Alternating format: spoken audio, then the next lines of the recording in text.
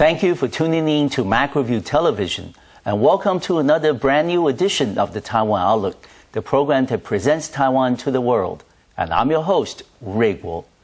We all know that atomic energy has been an important supply of energy source for many countries around the world. However, because of its safety record, the use of atomic energy has always been somewhat controversial. And on today's program, we're delighted and honored to have Dr. Tsai Chuen-horng, who is the Minister of the Atomic Energy Council here in the Republic of China on Taiwan, to talk about our government's overall policy in energy use and also the use of atomic energy here in Taiwan today. Welcome to our program, Minister Tsai. Hi, Dr. Wu. Yeah, I'm also very pleased to be here to meet with all the audience and talk about our Atomic Energy Council. Well, it's a delight and honor to have you here. And Minister Tsai, if I may start off with a question, sure, by asking you to tell our viewers around the world, what are some of the major functions for the Atomic Energy Council here in Taiwan? Yes. The Atomic Energy Council is the only sole regulatory authority in Taiwan for the peaceful use of atomic energy and radiation applications. For example, we are to oversee the construction and operation of the nuclear power plants. And also the other facilities like the radiotherapy equipment in the hospitals. We have also other functions, such as the emergency preparedness and response for the nuclear accident. If it does happen, yes. And also we are responsible for the safeguard of nuclear materials. And red waste materials and so on. And also we have a research institute called Institute for Nuclear Energy Research. It's the only national laboratory in Taiwan. It's responsible for conducting research, R&D for nuclear technology, and also for supporting the Atomic Energy Council for doing regulatory activities to become a world-class quality. And like I said at the very beginning, that the use of atomic energy is, of course, very important, to Taiwan included. But however, the issue of safety has always made the use of atomic energy somewhat controversial. And Dr. Tsai, you went to school at UC Berkeley, back in the 1970s. And that was a time I remember there were a lot of anti-nuclear energy, protests and demonstrations in and around, the Berkeley area. I mean, how does the international prevailing view regarding the use of atomic energy or nuclear energy changed over the years? Because we have came across reports recently that U.S. President Barack Obama has allowed more building of nuclear power plants in the U.S. Now, this is a somewhat dramatic change from policy of the 1970s and 80s. So what is the prevailing view on the use of nuclear energy today? Well, you're quite about the trend of the nuclear energy. In order to mitigate the climate change and the global warming, a overwhelming international effort has been conducted after so-called Tokyo Protocol. And in the recent years, there's also a post-protocol consensus that we need to deal with the carbon reduction mission. So there's a international trend worldwide that the increase of nuclear energy share is considered a very important option. For meeting the future need and energy needs, and in the same time to reduce the carbon dioxide emission. There are 439 nuclear reactors in operation right at this moment. Okay, around the world. Around the world, yes. Yes. And 57 reactors under construction. Okay. Okay, and because of, the reason we are talking about to reduce the carbon dioxide. Yes. There's a prediction by National Nuclear Association. Yes. That there's going to be 151 reactors planned. Oh, and another 300 reactors to be proposed in the future. So they call it the nuclear Renaissance. Yes. Renaissance. Yes, yes. So it's a worldwide trend. Okay. You're right. Okay. How many nuclear plants do we have in Taiwan? And does our government have any plans to build any more nuclear plants in the near future? Yeah, there are 6 units in operation. Okay. 2 are in the north tip of Taiwan. Yes. It's called Jinshan and Guoseng. Yes. And two others are in the south tip of Taiwan, called Ma'anshan. Actually, it's in Kendin National Park. Okay.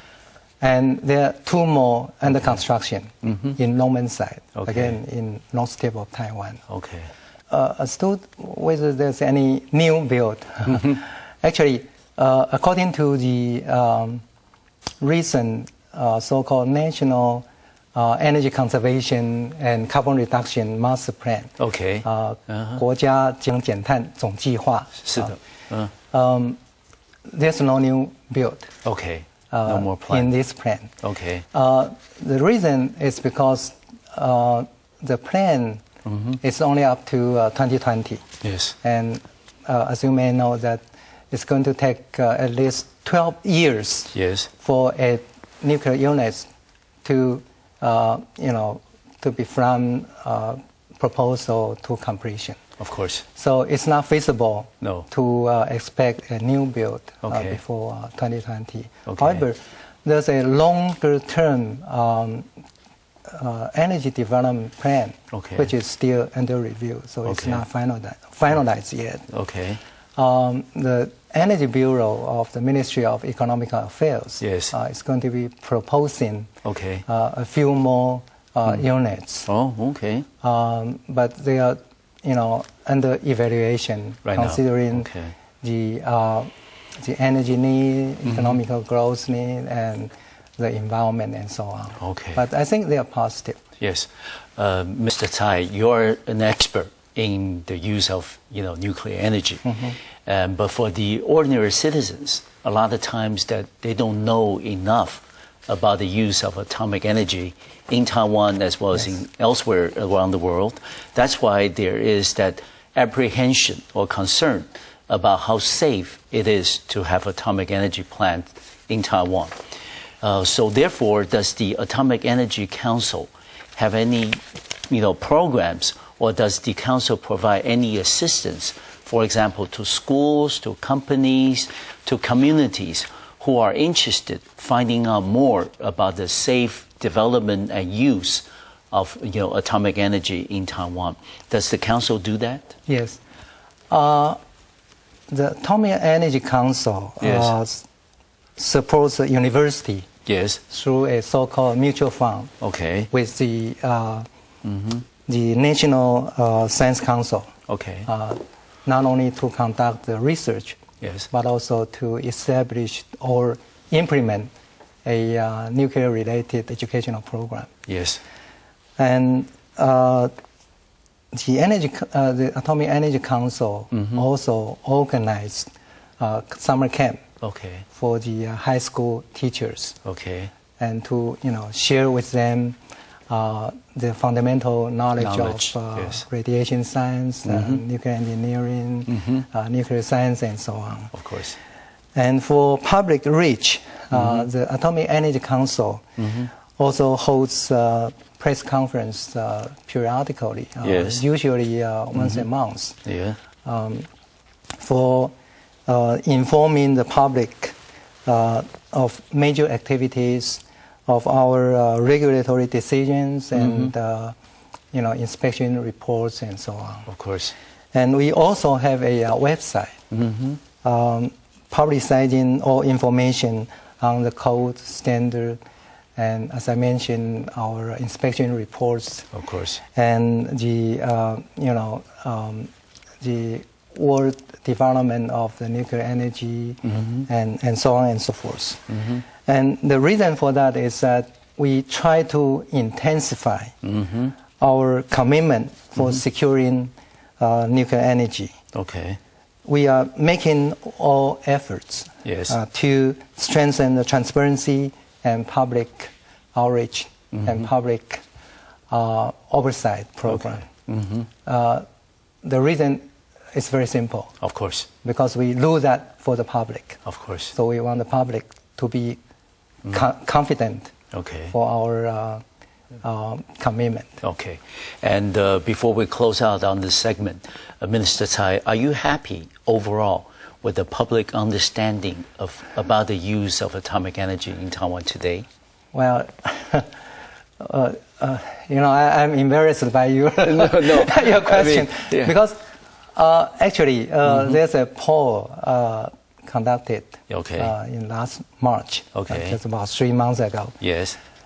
And the result of the poll says that there were 58% of the people support nuclear energy. Good. That's good. Yeah. It's very close to 2/3. There's about 31% against it. So it's about 2 to 1 ratio. For and pro and con. Yeah. And there are 55% of the respondents believe that the nuclear reactors are safe. Okay. That's very good also. Yes, exactly. And then 13% disagree. Okay. Well, the figure is it good. is improving. But the reason why I said I was embarrassed is that another question asking whether they got enough information from the government.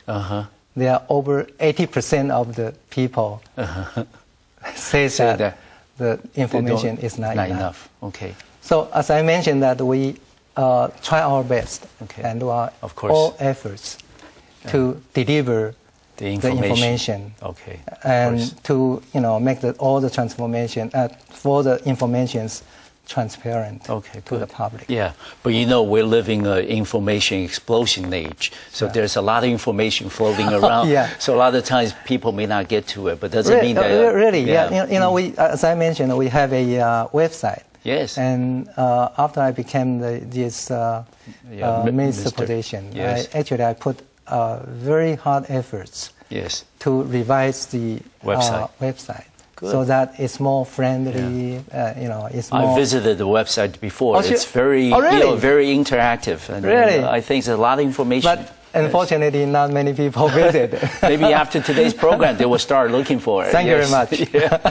I'm looking forward. Yeah, I want to thank Professor Tsai, for giving us a very overall, comprehensive overview of our government's use of atomic energy here in Taiwan.